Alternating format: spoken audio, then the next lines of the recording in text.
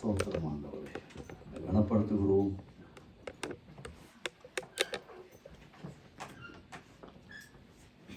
பரிசுத்தமுள்ள தகப்பனே, நாளுக்காய் ஆண்டவரே நன்றியோடு துதிக்கிறோம் சுவாமி. மீண்டும் ஒரு விசை சமூகத்திலே ஆண்டவரே தகுதியில்லாத என்னை நிறுத்தி உடைய வார்த்தையை ஆண்டவரே தியானிக்க நீர் எனக்கு உதவி செய்கிறபடியால் உமக்கு ஸ்தோத்திரம். இந்த நேரத்திலும் ஆண்டவரே மனுஷ ஞானம், மனுஷ அறிவு ஒன்றும் இதில் செயல்படாதபடிக்கு நீர் எதை எனக்காகவும் நீர் தந்த மனைவி பிள்ளைகளுக்காகவும் என் குடும்பத்தினருக்காகவும் இந்த சபைக்காகவும் வாழ்வு பிள்ளைகளுக்காகவும் இணையதளத்தில் கேட்க போகிற ஒவ்வொருவருக்காகவும் நீர் எதை கருத்தாய் போதிக்க விரும்புகிறீரோ ஆண்டவரே அதை எங்களுக்கு போதிங்கப்பா. அந்த வசனங்களுக்கு நாங்கள் கீழ்ப்படி எங்களுக்கு உதவி செய்யுங்கப்பா. எல்லாம் உம்மாலே கூடும், எல்லாம் உம்மாலே கூடும். இயேசுவின் நாமத்தில் ஒப்பு கொடுத்து செபிக்கிறோம் ஜீவனுள்ள எங்கள் நல்ல பிதாவே, ஆமென். கர்த்தருடைய பரிசுத்தமுள்ள நாமத்துக்கு ஸ்தோத்திரம். இந்த நேரத்திலும் நாங்கள் தியானத்துக்கு 1 கொரிந்தியர் 3வது அதிகாரம் 16வது வசனம், நீங்கள் தேவனுடைய ஆலயமாய் இருக்கிறீர்கள் என்றும் தேவனுடைய ஆவி உங்களில் வாசமாய் இருக்கிறது என்றும் அறிந்திருக்கிறீர்களா? இன்றைக்கு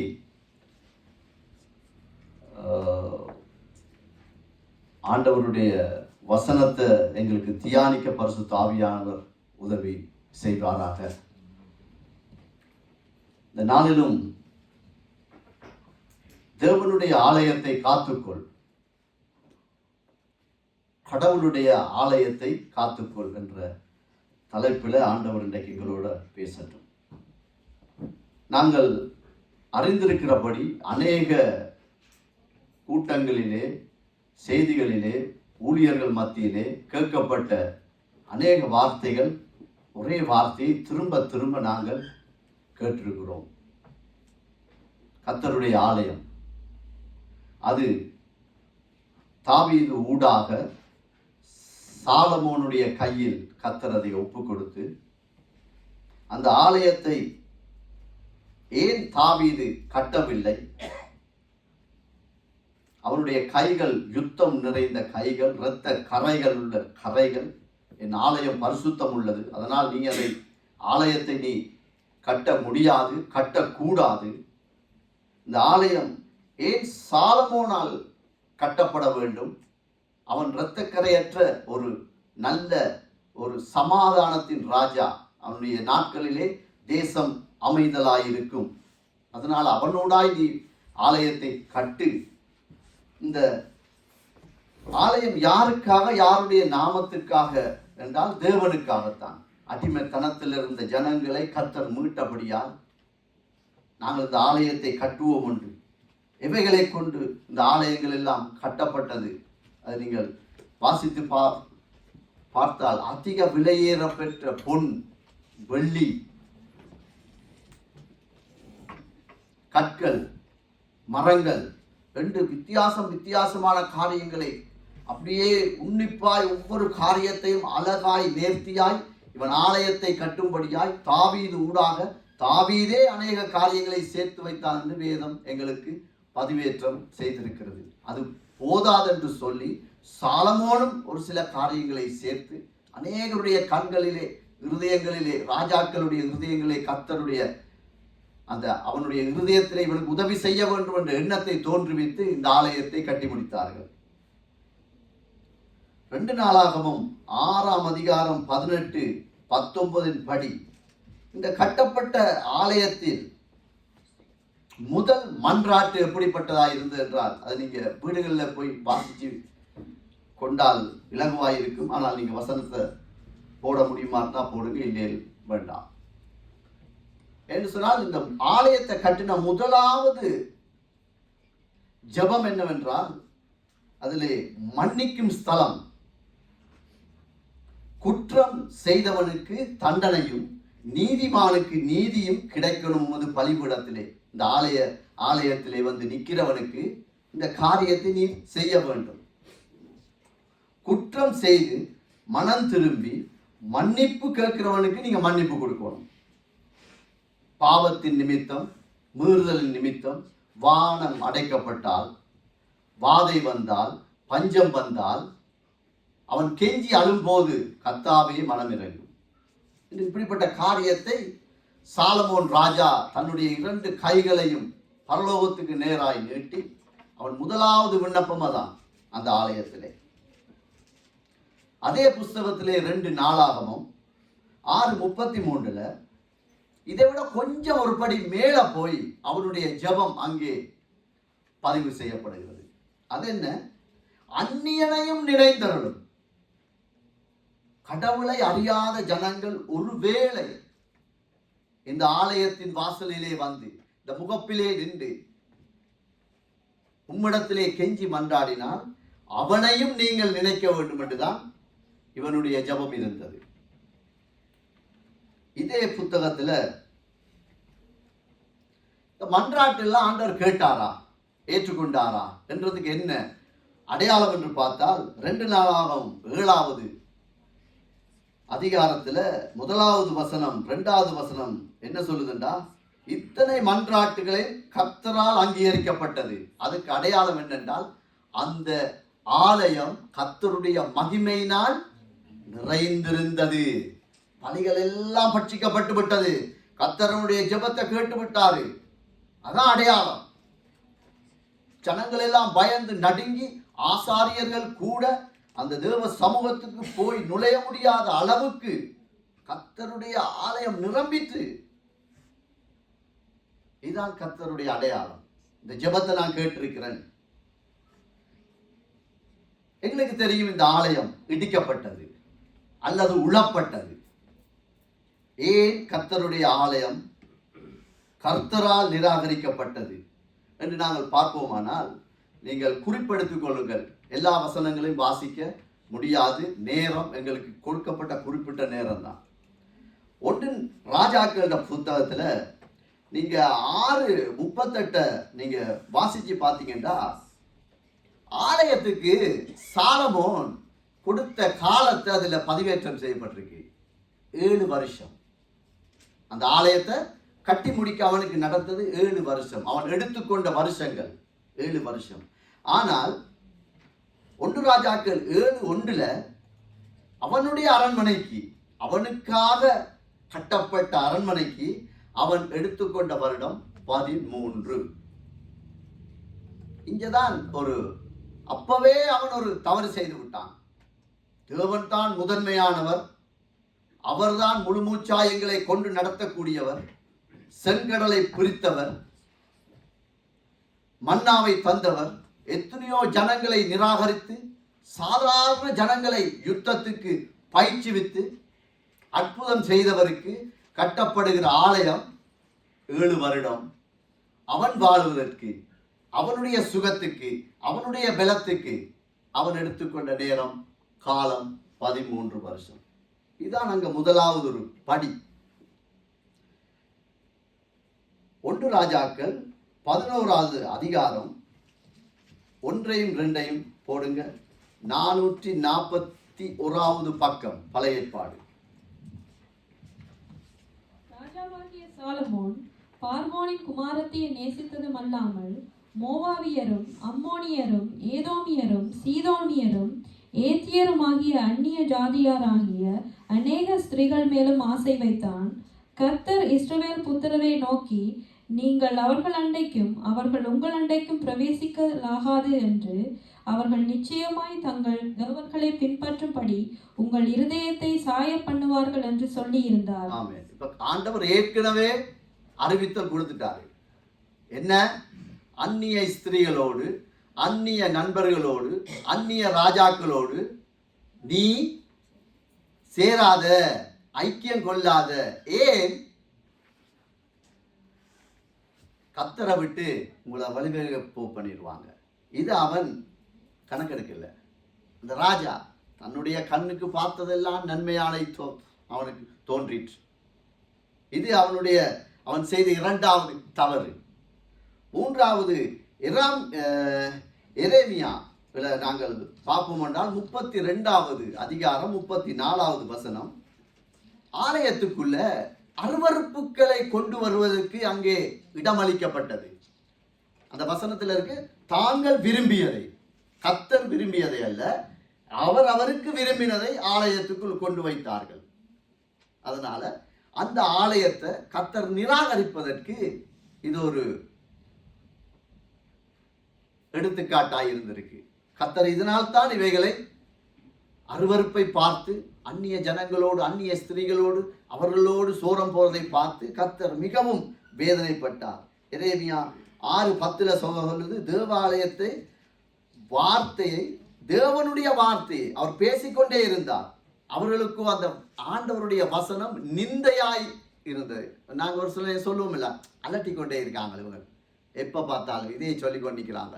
நிந்த ஆண்டவர் பேசுறார், தீர்க்கதரிசியை கொண்டு பேசுறாரு, ராஜாக்களை கொண்டு பேசுறாரு, போறோம் பாரோம், யாரையாவது ஒரு தினம் பிடிச்சத சொல்லப்பா, நோ, கேட்க மாட்டோம். ஆண்டவருடைய கர்த்தருடைய வசனம் அவருடைய காதுகளுக்குள் நிந்தையாக போனது, ஒன்றுமே செய்யலாது. கடைசியில எரேமியா 52:13 சத்துருவின் திட்டம் அங்கே நிறைவேற்றப்படுகிறது. அத்திவார கல் முதற்கொண்டாய் சத்துரு அந்த ஆலயத்தை உழுகிறான். அது மிகவும் பயங்கரமான ஒரு காரியம். எத்தனையோ வருஷங்கள் காத்திருந்து கர்த்தருக்காய் கட்டப்பட்ட ஆலயம் உழப்பட்டது. அதனுடைய ஏன் உழப்பட்டது?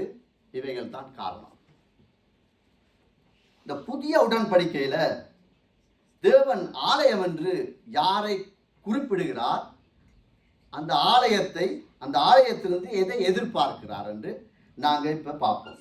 1 கொரிந்தியர் 3வது அதிகாரம் 11வது வசனத்தை போடுங்கம்மா.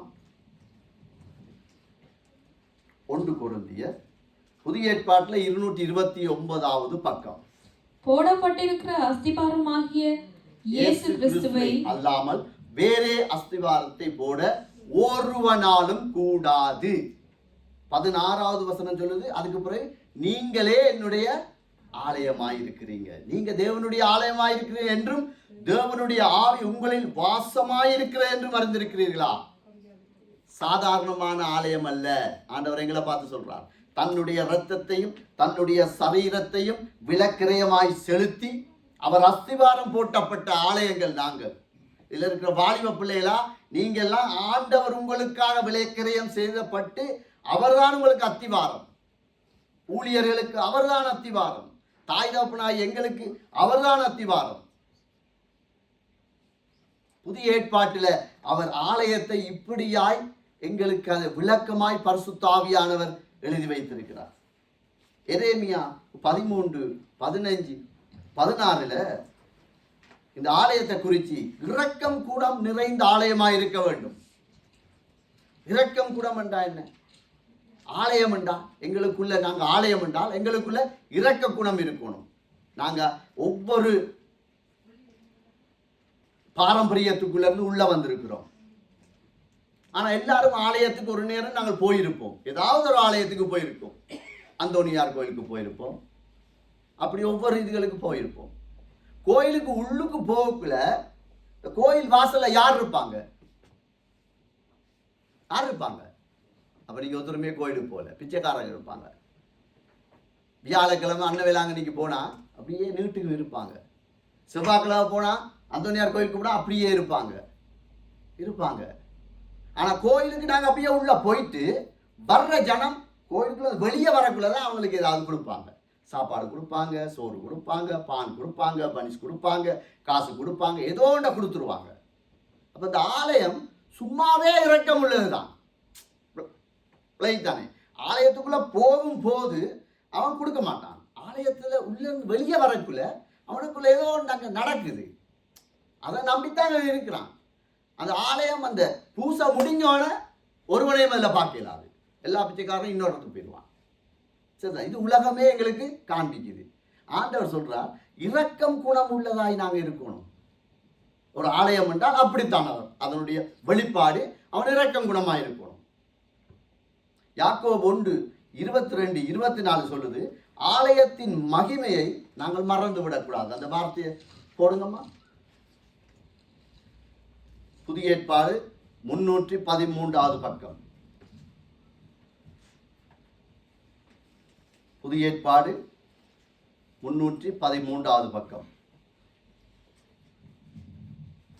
யாக்கோபு 1வது அதிகாரம் 22. அல்லாமலும் நீங்கள் உங்களை வஞ்சியாதபடிக்கு திருவசனத்தை கேட்கிறவர்களாய் மாத்திரமல்ல, அதன்படி செய்கிறவர்களாயும் இருங்கள். அடுத்த வசனம், எண்ணத்தினாலே ஒருவனும் திருவசனத்தை கேட்டு அதன்படி செய்யாதவனானால் கண்ணாடியிலே தன் முகத்தின் சுபாவத்தை பார்க்கிற மனுஷனுக்கு ஒப்பாவான். இதுல கவனம், நாங்க எங்கட மகிமையை, அதாவது ஆலயத்தின் மகிமையை நாங்கள் மறக்கக்கூடாது. ஆண்டவர் அதை எதிர்பார்க்கிறார். இயேசு கிறிஸ்துவின் ரத்தத்தினால் சரீரத்தினால் மீட்கப்பட்ட ஒவ்வொருவனும் அவனுக்கென்று ஒரு மகிமை கொடுக்கப்பட்டிருக்கிறது. அந்த மகிமையை நாங்கள் கண்ணாடியில் பார்த்துட்டு, இப்போ சேர்ச்சில் இருந்து வீட்டை போனால் ஒருக்கா பார்ப்போம், வேலைக்கு போகக்குள்ள ஒருக்கா பார்ப்போம், வேலைக்கு போன பிறகு ஒருக்கா பார்ப்போம். காரணம் என்ன? சரியா இருக்கான்னு எங்களுக்கு தெரியாது. அதுக்காகத்தான் தலைமுடியா கொஞ்சம் அப்படி இப்படி செய்து அப்படி நாங்கள் எங்கட ஆண்டவரை திருவசனத்தை நாங்கள் மறந்தா இந்த நிலைக்கு இந்த ஆலயங்கள் தள்ளப்படும். அதுதான் ஆண்டவர் சொல்லுவாரா, எங்களோட மகிமையை நாங்கள் மறக்காம நாங்கள் காத்துக்கொள்ளணும். அப்படிப்பட்ட ஆலயத்தை ஆண்டவர் விரும்புகிறார். யாக்கோபு 2:8 சொல்லுது, அன்பின் பிரமாணத்தை நீ காத்துக்கொள்ளு, உன்னை நேசிப்பது போல் உன் அயலானை நேசி. ஆண்டவர் கடைசியா சொல்றாரு, நான் உங்களை எப்படி நேசிச்சேனோ, நான் உங்களை எப்படி மன்னிச்சேனோ, நீங்க பக்கத்துல இருக்கிற மன்னிங்க. உங்களுக்கு பக்கத்துல இருக்கிற முதலா மன்னிங்க. மன்னிப்பு, அந்த அன்பு, அந்த சாயல் எங்களுக்குள்ளே இருக்கணும். அப்படிப்பட்ட ஆலயத்தை கர்த்தர் எதிர்பார்க்கிறார். இதுதான் ஆண்டவருடைய ஆலயம். 1 கொலோசையர்ல 3:13 அது மன்னிக்கும் ஆலயமா இருக்கணும். ஆண்டவர் எங்களை மன்னிச்சிருக்கார் தானே.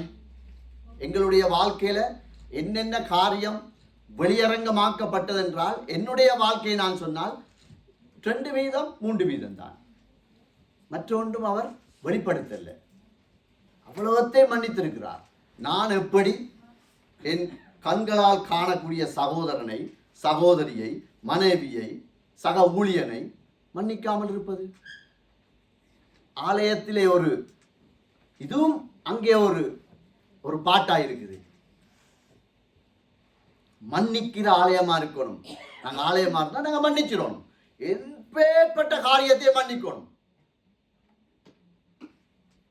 எப்பேற்பட்ட காரியத்தையும்.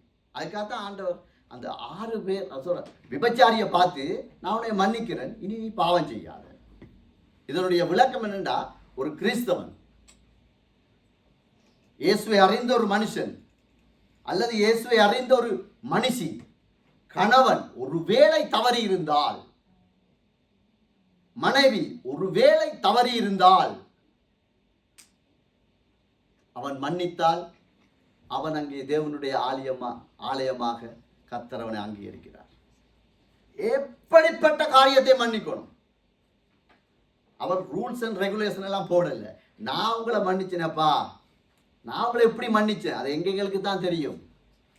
அப்படிப்பட்ட ஒரு ஆலயத்தை கர்த்தர் எதிர்பார்க்கிறார். கொலோசையர் 2வது அதிகாரம் 21ஆம் வசனத்தை போடுங்கம்மா. மனுஷனுடைய கற்பனைகளின்படி போதனைகளின் படியும் நடந்து, தொடாதே, ருசி பாராதே, தீண்டாதே என்ற கட்டளைகளுக்கு உட்படுகிறது என்ன? மனுஷனுடைய ஆலோசனைகள் இந்த ஆலயத்துக்குள்ளே வர முடியாது, வரக்கூடாது. அது யாரா இருந்தாலும் சரிதான், பெரிய பாஸ்டரா இருந்தாலும் சரிதான், தீர்க்கதரிசியா இருந்தாலும் சரிதான், சாதாரண விசுவாசியா இருந்தாலும் சரிதான், கணவனா இருந்தாலும் சரிதான், மனைவியா இருந்தாலும் சரிதான்.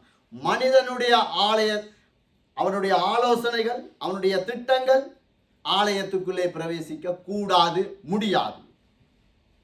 இதைத்தான் ஆண்டவர் தன்னுடைய ஆலயமாய், மனுஷனுடைய ஆலோசனை அதெல்லாம் நோமலப்பா, அதெல்லாம் இங்கே செய்யலாம், அதெல்லாம் பார்த்துக்கலாம், அவன் செய்கிறானே இவன் செய்கிறானே, நோ. நாங்கள் முடிவெடுக்கணும். நான் கர்த்தருடைய ஆலயம், இதுக்குள்ள இது போகக்கூடாது என்ற நிலைக்கு நாங்கள் ஆலயத்தை காத்துக்கொள்ளணும். துர் ஆலோசனை ஒன்றை நாங்கள் வரக்கூடாது. ஏன் கர்த்தர் இவ்வளவு இந்த ஆலயத்தின் மேல் இவ்வளவு வைராக்கியம் பாராட்டுவதற்கு காரணம் என்ன? இந்த ஆலயம் ஆண்டவருக்கு இவ்வளவு ஏன் அவர் எங்களை நெருக்குகிறார்? ஏன் எங்களை அப்படியே போட்டு ஒரு சின்ன ஒரு கோட்டை கீறி அதுக்குள்ளே நீ நில்லண்டு வேலி அடைச்சி ஏன் வைக்கிறார்? ஏன் இப்படித்தான் வாழணும் என்ற கர்த்தர் ஏன் எங்களை எதிர்பார்க்கிறார்? ஆலயம் இப்படித்தான் இருக்கணும், ஏன் அப்படி இருக்கக்கூடாதா? அவங்க எப்படி செய்யறாங்களே பிரதர், இவங்க எப்படி செய்ய, நாங்களும் போலாம். ஏன் ஆண்டவர் தன்னுடைய ஆலயத்தில் இவ்வளவு வைராக்கியமாய் பாராட்டுகிறார்? ஏன், என்னத்துக்காக? யாக்கோபு 4:5 எடுத்து வாசிப்போம். 315வது பக்கம். நம்மில் வாசமாயிருக்கிற ஆவியானவர் நம்மிடத்தில் வைராக்கிய வாஞ்சியாயிருக்கிறது என்று வேத வாக்கியம் வீணாய் சொல்லுகிறது என்று நினைக்கிறீர்களா? இந்த ஆலயத்துக்கு இவ்வளவு அவர் கடுமையாய் அவருடைய சட்ட திட்டங்களின்படி என்னையும் உங்களையும் ஆலயத்தை காத்துக்கொள்ளணும் என்று சொல்வதற்கு காரணம் பரிசுத்தர் எங்களுக்குள்ளே இருக்கிறார். ஆமென். பரிசுத்த ஆவியானவர் எங்களுக்குள்ளே இருக்கிறார். அவர் அசுத்தத்தை விரும்பாதவர், பாரம்பரியத்தை விரும்பாதவர். அதனால் தான் இவ்வளவு வைராக்கியமான வார்த்தைகளை கர்த்தர் எழுதி வைத்திருக்கிறார். சோரம் போகாத, ஆலோசனை கேட்காத, ஆலயத்தை கெடுத்துக் கொள்ளாத. பரிசுத்த ஆவியானவர் எங்களுக்குள்ள சாதாரணமாக இருக்கல, வைராக்கியம் கொள்ளுகிறார். இது என்னுடைய மகன், இது என்னுடைய மகள். வாழ்வை பிள்ளையை பார்த்து சொல்லுவார், நீ எந்த பிள்ளை, இது என்னுடைய ஆலயம் என்று வைராக்கியம் பாராட்டுறார். அதுக்காகத்தான் இவ்வளவு கட்டளைகள். எங்களுக்கு கேட்க கஷ்டமா இருக்கும். ஆனா ஆண்டவர் எங்களுக்குள்ள வாசம் பண்ணுகிறபடியால் அல்லது வாசம் பண்ண விரும்புகிறபடியால், ஒரு வேலை ஆவியானவர் எங்களுக்குள்ள இல்லாமல் இருக்கலாம். அவர் விரும்புகிறபடியால் இந்த இவ்வளவு ரூல்ஸ் அண்ட் ரெகுலேஷன் ஆண்டவர் போட்டுக்கொண்டே இருக்கிறார். அவர் வேற ஒன்றும் கேட்கலையே. காணிக்க, தசவாம், அதுக்கு நான் விரோதி இல்லை. அது தெளிவா இருக்கு. உற்சாகமாய் நீ எதை கொடுக்குறியோ அதை கொடுத்துட்டு போயிரு. ஆண்டவருக்காக நீ எதை கொடுக்குறியோ கொடு. அதை கேட்டாரா? இல்லை. அவர் பரிசுத்தத்தை தான் கேட்கிறாரு. ஆலயத்தை காத்துக்கொள்ளு, காத்துக்கொள்ளு, காத்துக்கொள்ளு. காரணம், நான் உனக்குள்ள வரணும், உனக்குள்ள இருக்கணும். வெளிப்படுத்தல் 21, 22, 23 கொடுங்கம்மா. அதிலே தேவாலயத்தை நான் காணவில்லை. இப்ப யோவானுக்கு ஒரு காட்சி அவர் எழுதுகிறார். அதிலே நான் தேவாலயத்தை காணவில்லை, சர்வ வல்லமுள்ள தேவனாய கர்த்தரும் ஆட்டுக்குட்டியானவருமே அதற்கு ஆலயம். இதுக்குத்தான் இந்த வைராக்கியம். இதுக்குத்தான் இப்படி இருக்கணும். கிறிஸ்தவம் என்றா இப்படி இருக்கணும். இயேசுவின் பிள்ளை என்றா இப்படி இருக்கணும். இயேசு கிறிஸ்துவின் ரத்தத்தினாலையும் அவருடைய சரீரத்தினாலையும் பிடிக்கப்பட்ட மனுஷன், மனுஷி, வாலிப பிள்ளை, குடும்பம் இப்படி இருக்கணும். காரணம், அவரே எங்களுக்கு ஆலயம், எங்களுக்குள்ளான் இருக்கிறாரு. 23வது வசனம், நகரத்திற்கு வெளிச்சம் கொடுக்க சூரியனும் சந்திரனும் அதுக்கு வேண்டுவதில்லை. வேற யாரும் எல்லாம் எங்களுக்கெல்லாம் டோர்ச் அடிச்சு காட்ட தேவையில்லை. எங்களுக்குள்ள யாரும் அங்க வந்து எங்களுக்கு பக்கத்துல சிபாரிசு செய்ய வேண்டியதில்லை. காரணம், ஆட்டுக்குட்டியானவரே அதற்கு விளக்கு. அவர் வெளிச்சமாயிருக்கிறார். எங்களுக்குள்ள வெளிச்சமாயிருக்க விரும்புகிறார். எங்களுக்குள்ள ஒளியாயிருக்க விரும்புகிறார். அதனால் தான் இத்தனை அவர் கடுமையாய் அவருடைய வேதத்திலே, சத்தியத்திலே அவர் விலகாதவராய் இருப்பதற்கு காரணம். சாலமோனின் ஆவியை தேவன் எப்படி காண்பிக்கிறார் என்றால், 1 தெசலோனிக்கேயர் 4வது அதிகாரம் 8வது வசனம். ஆகையால் அசட்டை பண்ணுகிறவன் மனுஷனை அல்ல, தமது பரிசுத்த ஆவியை நமக்கு தந்தருள தேவனையே அசட்டை பண்ணுகிறான். இவ்வளவுக்கு காரணமே தான். ஒரு ஆலயம் இடிக்கப்படுவதற்கு, உளப்படுவதற்கு, சத்துருவினுடைய கரத்திலே அந்த ஆலயம் போவதற்கு காரணம், கர்த்தரை அறிந்த மனுஷன், ஆலயமாய் இருக்க வேண்டிய ஜனம், ஆலயமாய் இருக்க வேண்டிய வாலிப பிள்ளை, ஆலயமாய் இருக்க வேண்டிய குடும்ப தலைவன், ஆலயமாக இருக்க வேண்டிய குடும்ப தலைவி அசட்ட அசட்ட வாழ்க்கையில் அசட்ட. அவன் அப்படித்தான் இருந்தான். சாலமோனை பற்றி தான் இப்ப அசட்டையா இருக்கிறான். ஆராதனையில அசட்ட. வேதம் ஒன்று சொல்லுது அசட்ட. வார்த்தையை கேட்க முடியல, நிந்தையா இருக்கு, அசட்ட. எல்லா இடத்துலயும் அசட்ட. ரட்சிப்பு இன்றைக்கு ரட்சிக்கப்பட்ட எல்லா வாலிப பிள்ளைகளையும் யாராவது ஒரு பிள்ளைய திருமணம் செய்யறாரு. அது தெரியுமா உங்களுக்கு? இல்ல, பிரத்யேகமாய் உங்களுக்கென்று கர்த்தர் ஒருத்தி வச்சிருப்பார். தேவ சித்தத்தின்படி நீங்க கேட்கணும். தேவ சித்தத்தின்படி கேட்டால் ஒரு நேரம் நீங்க சொல்லலாம், இல்லையே பிரதர், அங்க ஒரு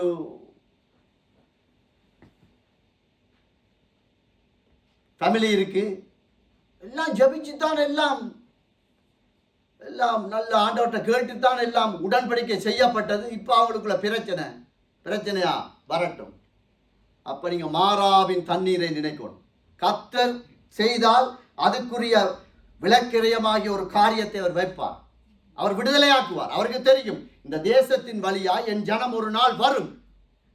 இந்த ஜனத்தை, இந்த தண்ணீரை அவர்கள் குடிப்பார்கள். அது கசப்பா இருக்கும். அதுக்கு எதிர்பக்கத்துல ஒரு மரத்தை வச்சுட்டாரு. இப்படிப்பட்ட ஆண்டவர். சரியா? அதனால எல்லா பக்கத்தாலையும் அசட்ட செய்தபடியால் தான் இந்த ஆலயம் இடிக்கப்பட்டது. இப்ப நாங்க சபையா, நான், என்னுடைய குடும்பம், மனைவி, பிள்ளைகள், எங்களுடைய சபை இணையதளத்துல கேட்டுக்கொண்டிருக்கிறேன், கேட்க போற யாரா இருந்தாலும் இந்த 1 தெசலோனிக்கேயர்ல 4ஆம் அதிகாரம் 8வது வசனத்தின் படி நாங்க வாழ்ந்தால், என்ன வாழ்ந்தால்? அசட்ட. எல்லாத்துலயும் அசட்ட. அசட்டையா இருந்தால் என்ன விளைவுகளை நாங்கள் சந்திக்க வேண்டியிருக்கும்?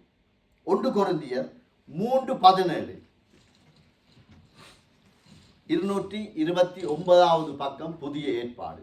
ஒருவன் தேவனுடைய ஆலயத்தை கெடுத்தால் அவனை தேவன் கெடுப்பார். ஆமென். இதே போதும். இப்ப நான் அசட்டையா இருந்தால் ஆலயத்தை ஆண்டவர் கெடுப்பார். தேவனுடைய ஆலயம் பரிசுத்தமாயிருக்கிறது. ஆண்டவரே கெடுப்பார் ஆலயத்தை. என்னையா சொல்றீங்க நீங்க? எப்படி எப்படி ஆலயம் கெடுக்கப்படும்?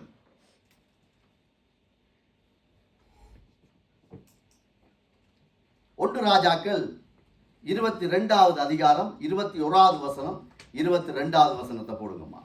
462வது பக்கம், பழைய ஏற்பாடு. அப்பொழுது ஒரு ஆவி புறப்பட்டு வந்து கர்த்தருக்கு முன்பாக நின்று, நான் அவனுக்கு போதனை செய்வேன் என்றது. அடுத்த வசனம், எதனால் என்று கர்த்தர் அதை கேட்டார்.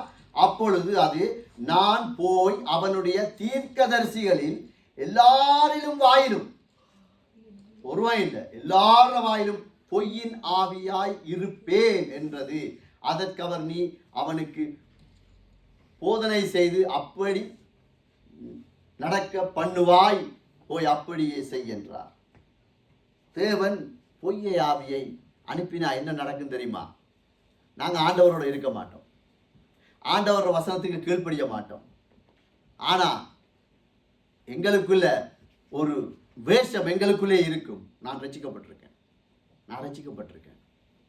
நான் ஆண்டவரோட வார்த்தையின்படி தான் வாழ்கிறேன். அந்த நாங்கள் செய்கிறது எங்களுக்கு சரியாக இருக்கும். அதான் அந்த பொய்யின் ஆவி. ஆண்டவர் அனுப்புகிறார், கர்த்தர் செய்வார். ஏன்? அசட்டையா வாழ்ற மனுஷனை பார்த்து தான் ஆண்டவர் இந்த காரியத்தை சொல்றார். அதை நம்பிடுவாங்க. ஒரு ஆராதனைக்கு நான் அந்த ஞாயிற்றுக்கிழமை ஆராதனை நேரத்தில் நான் கொஞ்சம் ஏர்லியா போயிட்டோம். அப்போ அந்த ஆப்பிரிக்க நாட்கள் தான் அந்த ஆராதனை நடத்துகிறேன். அப்போ சரி நேரத்தோடு போயிட்டேன். சரி உள்ளே என்ன நடக்குன்னு நான் போய் பார்ப்பேன்னு நான் இருந்துட்டேன். அப்போ நான் போகிற நேரம் பார்த்து காணிக்க நேரம். அவர் அடிக்கிறார் பிரசங்கம். நான் பிரான்ஸ்லேருந்து வந்தேன், ஜெர்மனில் என்ற கால் விதிக்கப்பட்டது, சுவிஸில் விதிக்கப்பட்டது, ஆண்டவர் என்னை எப்படி வச்சிருக்காரு, அப்படி வச்சிருக்காரு, காணிக்க போடுங்க. எதில் தெரியுமா? அந்த ஊழியக்காரன்ற சத்துரு காணிக்க எடுத்தான் அவன் சப்பாத்தில். என் சொந்த கண்கள் அதை கண்டது. பொய்யின் ஆவியை நம்ப செய்கிறான்.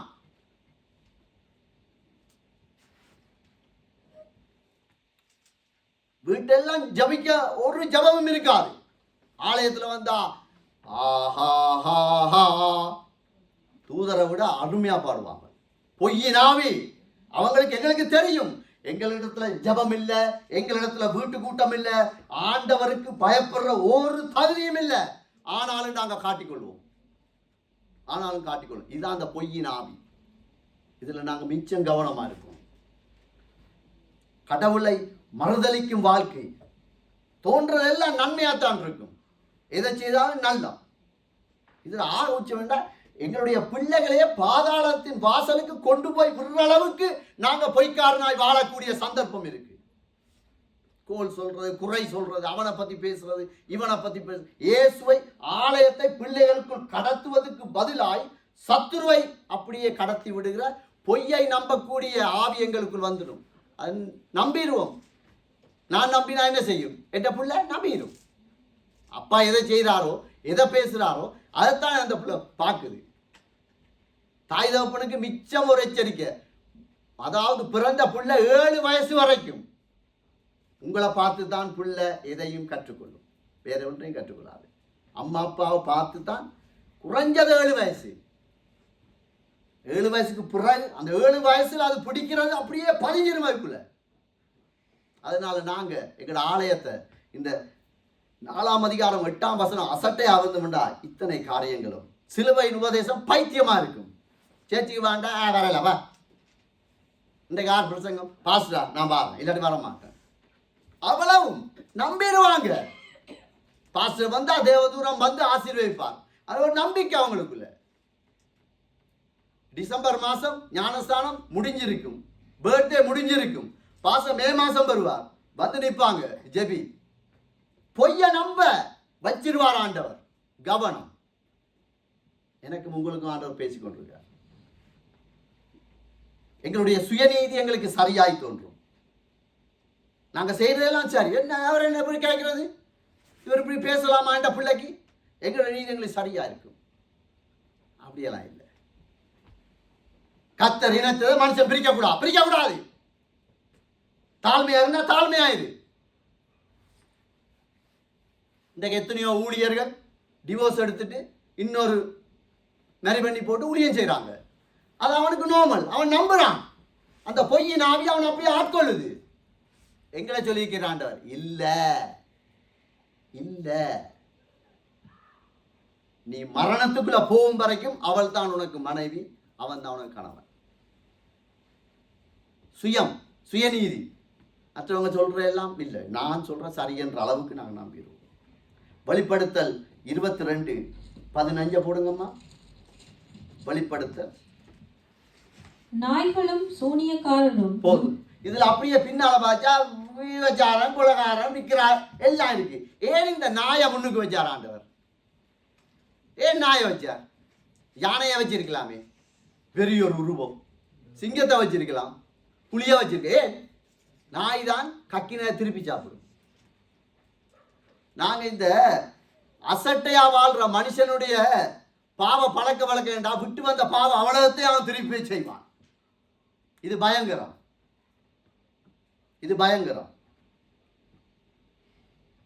அதான் நாயை குறிப்பிட்டிருக்கார்.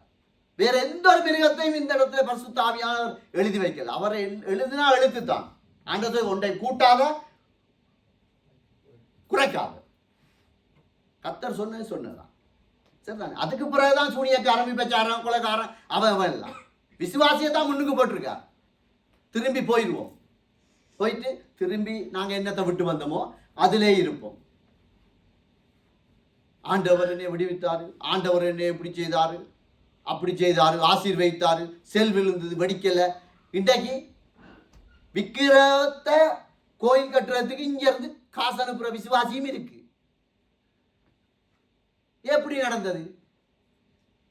4 8க்கு கீழ்ப்படியல்ல, அசட்டை.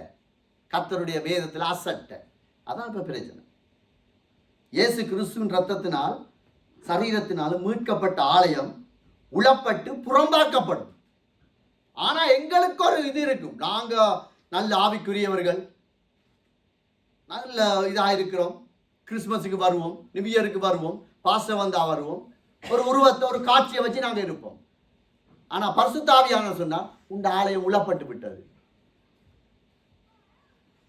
ஆண்டவர் இதில் வைராக்கியமாக இருக்கிறார். நம்முடைய ஆலயம் பரிசுத்தமாக இருந்தால் தேவனுக்கு ஸ்தோத்திரம். ஆண்டவருக்கு நான் பழுதற்ற ஒரு ஆலயமாக இருக்கிறேன் என்று சொன்னால் ஆண்டவருக்கு மகிமை உண்டாகட்டும். அந்த கிருபை, அந்த பலன் ஆண்டவர் தந்தது, அது ஆண்டவர் தந்தது, ஸ்தோத்திரம். ஒரு வேளை நாங்கள் பரிசுத்த ஆவியானவர் அசட்டை பண்ணி வாழ்க்கையை வாழ்வோமானால் இந்த ஆலயத்தை கெடுத்த நமக்காகவும் நம் கர்த்தர் காத்திருக்கிறார் ஐயா. மனுஷன் நிராகரிக்கிறது போல அவர் நிராகரிக்க மாட்டார். மனுஷன் தள்ளி வைக்கிற போல தள்ளி வைக்க மாட்டான். அவன் சொல்லுவான், இவன் 5 வருஷத்துக்கு மேலே இப்படி நடந்தானே, இவர் 8 வருஷத்துக்கு மேலே இப்படி செய்தாரே, இவர் அன்றைக்கு இப்படி பேசினாரே. மனுஷன் சொல்லுவான், உங்களுக்கு அவையை பற்றி தெரியாது, இவரை பற்றி தெரியாது, எல்லாம் சொல்லுவாங்க. ஆனால் கர்த்தர் எங்களுக்காய் காத்திருக்கிற நல்ல ஒரு அப்பா எங்களுக்கு இருக்கிறார். இடிஞ்ச ஆலயமா, அத்திவாரம் உளப்பட்டு விட்டதா, இயேசுவை விட்டு வேறு வழிக்கு போய்விட்டோமா? ஆண்டவர் சொல்றாரு, வாசல்ல காத்திருக்கிறேன். எடுத்து வாசிப்போம். வெளிப்படுத்தின 3:20 வசனம், 3வது அதிகாரம். இதோ நான் வாசற்படியிலே நின்று தட்டுகிறேன். ஆண்டவர் வாசல் என்று தட்டுறார். இப்ப ஏன் தட்டுறார்? வாசல்ல கர்த்தருக்கு பண்டிகை. வீடுகள்ல போனா கர்த்தரின் மேய்ப்பரா இருக்கிறார், நான் தாழ்ச்சி அடையேன், அவரால் எல்லாம் கூடும், எல்லாம் கூடும். இயேசு வெளியில, சபைக்கு வெளியில இயேசு, இருதயத்துக்கு வெளியால இயேசு. ஆனா அவங்கள பார்த்து தட்டுறார். எப்படிப்பட்ட ஆண்டவர், இப்படிப்பட்ட அப்பாவை நாங்க எங்க இனி பார்க்க போறோம்? வாலிப பிள்ளைகளா, அம்மா அப்பாவையே நாங்க எப்படி நாங்க இனியும் இப்படி ஒரு அப்பாவை நாங்க சந்திக்கலுமா? நிராகரிக்க மாட்டேனே. பாருங்க, வாசல் தற்றன் ஒருவன் சத்தத்தை கேட்டு திறக்க மாட்டானான்னு காத்து கொண்டிருக்கிற ஒரு தெய்வம். வானத்தை பூமி அண்ட சராசரங்களை உருவாக்கின சர்வ வல்லமையுள்ள தெய்வம் தகுதி இல்லாத எங்களுடைய வாசல் என்று கதவை தட்டுறாராம். எப்படிப்பட்ட தெய்வம்? கதவை திறந்தால் மகிமை. ஆமென். எப்படி திறக்கணும்? வீட்டில் ஒவ்வொரு அறையும் திறக்கணும். இருதயத்தில் ஒவ்வொரு வாசலையும் நாங்கள் திறந்து கொடுக்கணும். இயேசு அதுக்குள்ள வந்தால் அது மகிமையான ஆலயமா இருக்கும். கணவன் மனைவிக்குள்ளே இருக்கிற கதவை நாங்கள் திறக்கணும். இன்றைக்கு யாரும் என்ன சொல்லட்டும், இயேசுவே இன்றைக்கு நீர் என் கதவை தட்டுகிறேன், உள்ளே வாரும் என்ற அளவுக்கு நான் என் மனைவிக்கு என் கதவை திறந்து கொடுக்கணும். மனைவி எனக்காக கதவு திறந்து கொடுக்கணும், கட்டாயம். அது வாரக்கிழமை பாப்பண்டா நீ அசட்டை பண்றா, வார மாசம் பாப்பண்டா நீ அசட்டை பண்றா, வேற ஒன்றுமே இல்லை. கர்த்தருடைய வார்த்தை நிந்தையாயிருக்கிறது. இன்றைக்கு அநேகருக்கு இல்லாத சலாக்கியம் எனக்கும் உங்களுக்கும் தந்திருக்காரு, எங்களோட வாலிப பிள்ளைகளை தந்திருக்கிறார். சரிதானே? இன்றைக்கு நாங்க திறந்து கொடுக்கணும். வாலிப பிள்ளைகள் படிப்பு விஷயத்துல கதவை திறக்கணும். நீங்க லேப்டாப்ல 4-5 பேஜ் இருக்கும், ஓபன் பண்ணி ஒன்று ஸ்டடி, இன்னொன்று டிக்டாக், இன்னொன்று என்ன கிடா கிடாகலான் இருக்கும். இல்ல, இன்றைக்கு திற இன்றைக்கு கர்த்தர் உள்ளுக்குள்ள விடு, கர்த்தரை விடு, விட்டு பார், ஆண்டவரை விட்டு பார். அவரே சொல்றாரு, நாசியில சுவாசம் இருக்க எல்லாருக்கும் நான் தான் கர்த்தர், என்னால் செய்ய முடியாத காரியம் ஒன்று உண்டோ? கேள்வியை கேட்டு பதில் எழுது. வாலிப பிள்ளைலாம் நீங்க எழுதுங்க. அம்மா அப்பா நீங்க, நாங்க தான் எழுதணும். ஊழியக்காரனாக நாங்க தான் எழுதணும். சும்மா பாடலாம், சர்வ வல்லமை தேவன், எலியாவின் தேவன், அக்கினி இறக்கின ஆறு நிற்கிற இந்த ஆலயத்துக்குள்ள. சும்மா எலியாவின் தேவனே அக்கினி இறக்கி விட, அக்கினி இருந்தா நீங்க நிக்கலுமா? நாங்க நிக்கலுமா? உண்மையா நாங்க திறக்கணும். வாலிப பிள்ளைகளா, உங்களோட இருதயத்தை நீங்க இன்றைக்கு திறக்கணும். ஒருவேளை நீங்க கொஞ்சம் ஊரோட ஒத்து போவோம். என்ன இப்ப கிளாஸ்ல எல்லாரோடையும் சேர்ந்து இருக்காட்டி அவங்க எங்களை ஒதுக்கி வைப்பாங்க. ஒருவேளை உங்களுக்கு அந்த தாக்கத்தில் ஒரு சில காரியங்களை நீங்க இழக்க வேண்டி இருக்கலாம். இயேசு கதவை தட்டுகிறார். இயேசு கதவை தட்டுறார். வீட்டில் டிவி ரூமை கத்தருக்காக திறண்டக்கு. இப்ப என்ன தெரியுமா ட்ரெண்டு? சினிமா படம் தமிழ்ல பாட்டு பார்த்தா தான் பாவம். கொரியன்ல, சைனீஸ்ல, வேற வேற மொழியில பார்த்தா அது பாவம் இல்லை. பிக் பாஸ் பார்த்தா பாவம் இல்லை. அம்மா அப்பா நீ பார்த்தா புள்ள என்ன செய்யும்? அது ரூமுக்குள்ள இருந்து இன்னொண்ட பார்க்கும். இன்றைக்கு திறப்போம். நாங்க திறந்தே ஆகணும். ஏனென்றால் நாங்க திறக்காவிட்டால் எங்களுடைய பிள்ளைகள் எங்களை பார்த்து திறக்க மாட்டார்கள். சரிதானே? எனக்கு ஞாபகம் இருக்கு, நான் ரட்சிக்கப்பட்ட காலத்துல இந்த 2வது ஸ்தோத்திரம் மிஷேலுக்கு 1.5 வயசு. பாஸ்டர் எங்களை விட்டு வருவார், எங்களை சந்திப்பார், ஜெபம் பண்ணுவார். அப்போ அங்கே அந்த பரிசுத்த ஆவியானதுல அடிச்சு புரண்டு உருளுவாங்க சேர்ச்சில். இதை அந்த புள்ள பார்த்துட்டு பாஸ்டர் நாங்களும் வீட்டை வந்து எங்களை விசாரிக்க வந்தவர் ஜெபம் பண்ணுறார். அந்த புள்ள குடிஞ்சி முழங்கால 1.5 வயசு. அது எப்படி தெரியுமா ஜெபிச்சு ஓ ரபா பாபா பாபான்னு சொல்லுது. ஏன் அது ஆலயத்தில் அது பார்த்துட்டு அந்த பிள்ளை. இது உங்களுக்கு எனக்கு சிரிப்பா இருந்தாலும் கத்ததில் ஒன்றை சொல்லித்தாரா. நானும் நீங்களும் எங்கள் வாசலை திறக்காட்டி பிள்ளை திறக்காது. முன்மாதிரியா இருக்காட்டி புள்ள முன்மாதிரியா இருக்கேடாது. இன்றைக்கு நாங்க திறக்கணும், கத்தருக்காக திறக்கணும். கத்தருடைய ஆலயத்திலே அவருடைய சுகந்த வாசனை அவர் உள்ள வாரன்னு சொல்லிட்டாரப்பா. எங்களுக்காக யாரும் விண்ணப்பம் செய்யவில்லை, அவரே வந்து நிற்கிறார். திற, நான் வாரன். இன்றைக்கு நாங்க திறக்கணும். போன்ல, லேப்டாப்ல வாசலை திறப்பம். இன்றைக்கு வாலிப பிள்ளைகளா திறப்பம். அது ஊழியமா இருக்கலாம், வேலைத்தலமா இருக்கலாம். வேலைத்தலத்தில் எப்படி நடக்கிறோம்? அங்க ஒரு வாசல், அங்க ஒரு விதமான ஒரு வாசல். ஆலயத்தில் ஒரு நோ நோ நோ நோ எல்லா இடத்துலையும் ஒரே வாசல். எல்லா வாசலையும் நாங்கள் திறக்கணும்.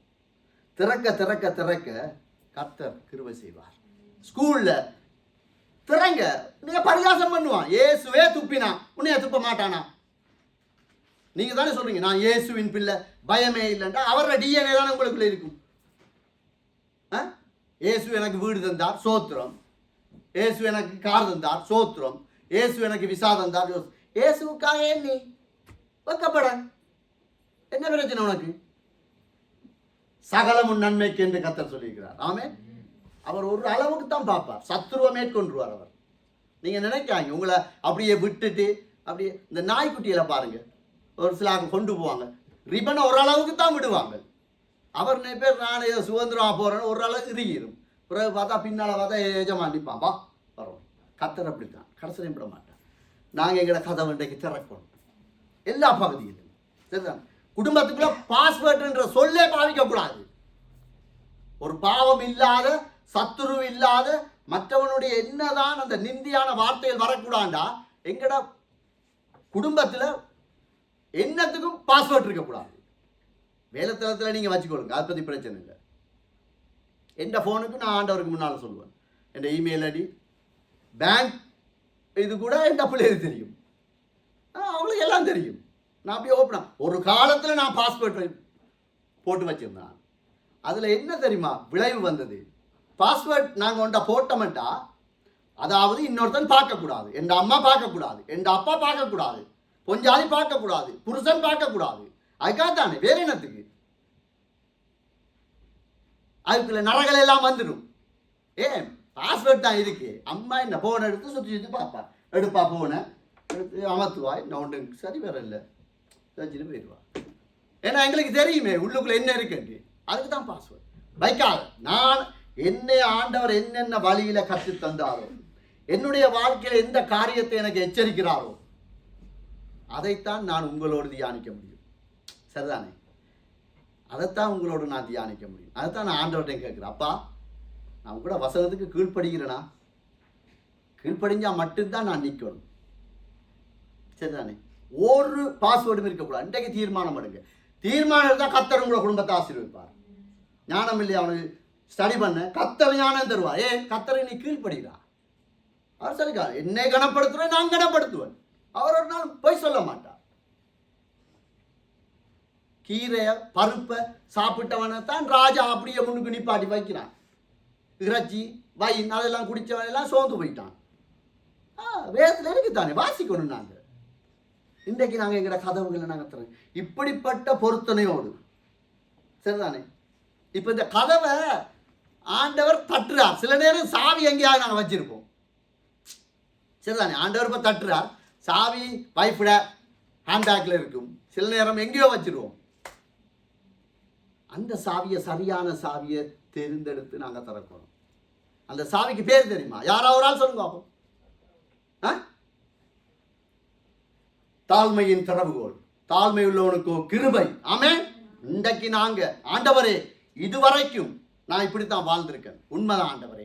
ஒரு சில விஷயங்கள்ல நான் உங்களுக்கு உண்மையா இருந்துட்டேன், ஓகே. ஆனா இந்த பகுதியில நான் சரியில்லை. எந்த குடும்பத்துல நான் உண்மையா இல்லை, மனைவிக்கு உண்மையா இல்லை, பொஞ்சாதிக்கு உண்மையா இல்லை, புருஷனுக்கு உண்மையா இல்லை, அம்மா அப்பாவுக்கு நான் உண்மையா இல்லை, அக்காவுக்கு உண்மையா இல்லை, தம்பிக்கு உண்மையா இல்லை, சபைக்கு உண்மையா இல்லை. நாங்கள் எடுக்க வேண்டிய சாவி தாழ்மை. அந்த தாழ்மையின் சாவியை எடுத்து திறந்தோனால் திறக்கிறவனுக்கு இயேசு உள்ளே வந்து போஜனம் பண்ணுவார். என்ன போஜனம்? இன்றைக்கு வச்சிருக்கு. கர்த்தருக்கு சோத்திரம். எனக்கு ஏன் இந்த ஊழியம் இன்றைக்கு வந்தேன்னு எனக்கு தெரியாது. சரிதானே? கர்த்தர் தன்னுடைய சரீரத்தையும் இரத்தத்தையும் எங்களோடு திரும்பவும் உடன்படிக்கை பண்ணி பலவீனப்பட்ட ஆலயத்தை, உளப்பட போக ஆயத்தமாயிருக்கிற ஆலயத்தை, கூரை எல்லாம் நொறுக்கப்பட்டு இருக்கக்கூடிய ஆலயத்தை இன்றைக்கு கர்த்தர் சரி செய்ய அவர் உள்ளே வருவார். ஆமென். நீ யாரா இருந்தாலும் சரிதான், நீ எந்த நிலையில இருந்தாலும் சரிதான், நீ எப்படிப்பட்ட பாவத்தில் வாழ்ந்தாலும் சரிதான், அவர் கதவை தட்டுறார். ஆண்டவர்கிட்ட கேட்போம், ஆண்டவரே அந்த தாழ்மையின் ஆவி எனக்கு தாங்க, எனக்கு தாங்க, என் பிள்ளைக்கு தாங்க. இல்லாட்டி கஷ்டம். சிஸ்டர், பிரதர், தம்பி, தங்கச்சி, அண்ணனாம், அக்கா, அம்மா எல்லாருக்கும் நான் சொல்கிறேன், நான் உட்பட இந்த தாழ்மையின் சாவியை நாங்கள் இன்றைக்கு எடுக்காம, அவன் பார்க்குறான் இவன் பார்க்குறான், நோ, எங்களோட குடும்பத்தின் மகிழ்ச்சி எங்கள் கையிலான் இருக்கு. கர்த்தர் எங்கட கையிலான். ஆண்டவர் கதவை உடைச்சிட்டு வாரண்டா போய் வந்திருப்பாரு. ரெஸ்பெக்ட் உள்ள ஆண்டவர். இன்றைக்கு என்ன செய்யறான்? சாவி அப்படி இப்படி பிரச்சனைடா, ஆள் வரும், போலீஸ் வந்து பார்ப்பான், பெல் அடிப்பா, இல்லைண்டா அவனுக்கு எதுவும் டவுட்ண்டா என்ன செய்யறான்? கதவை உடைச்சிட்டு உள்ள போறான். அவர் அப்படி வாரதில்லை. நாங்க மனமுகந்து திறக்கணும், நாம் விரும்பி திறக்கணும். வாலிப பிள்ளை இன்றைக்கு திற, நீ எந்த இடத்துல நிற்கலாம். Don't worry. ஆண்டவர் சொல்றார், என்னால் எல்லாம் ஆகும், என்னால் எல்லாம் ஆகும். சரிதானே? ஒன்றுக்கும் யோசிக்க தேவையில்லை, பயப்பட தேவையில்லை, கலங்க தேவையில்லை. எழுந்திருப்போம். எல்லா மகிமையும் கர்த்தருக்கு உண்டாகும். பரிசுத்தமுள்ள தகப்பனே, இந்த நாளிலும் ஆண்டவரே, நீர் எங்களுக்கு போதித்த வார்த்தையின்படி ஆண்டவரே, இந்த இடத்திலே நாங்கள் யார் யார் ஆண்டவரே உம்முடைய வார்த்தையை கேட்க முடியாமல் அசட்டையாய் அகந்தையாய் இருக்கிறோமோ, உமது ஆலயத்திலே உங்களை உள்ள வராம நாங்க தடுத்திருக்கிறோமோ, எங்களுக்கு உதவி செய்ய. இன்றைக்கு நாங்க திறக்கிறோம் இயேசுவின் நாமத்தினால். எங்களுக்குள்ளே வந்து ஆண்டவரே இந்த ஆலயத்தை புதுப்பீங்க, உமது நாமத்தை எங்கள் நூலாய் மகிமைப்படுத்துங்க. இயேசுவின் மூலம் ஜெபிக்கிறோம் பிதாவே. ஆமென்.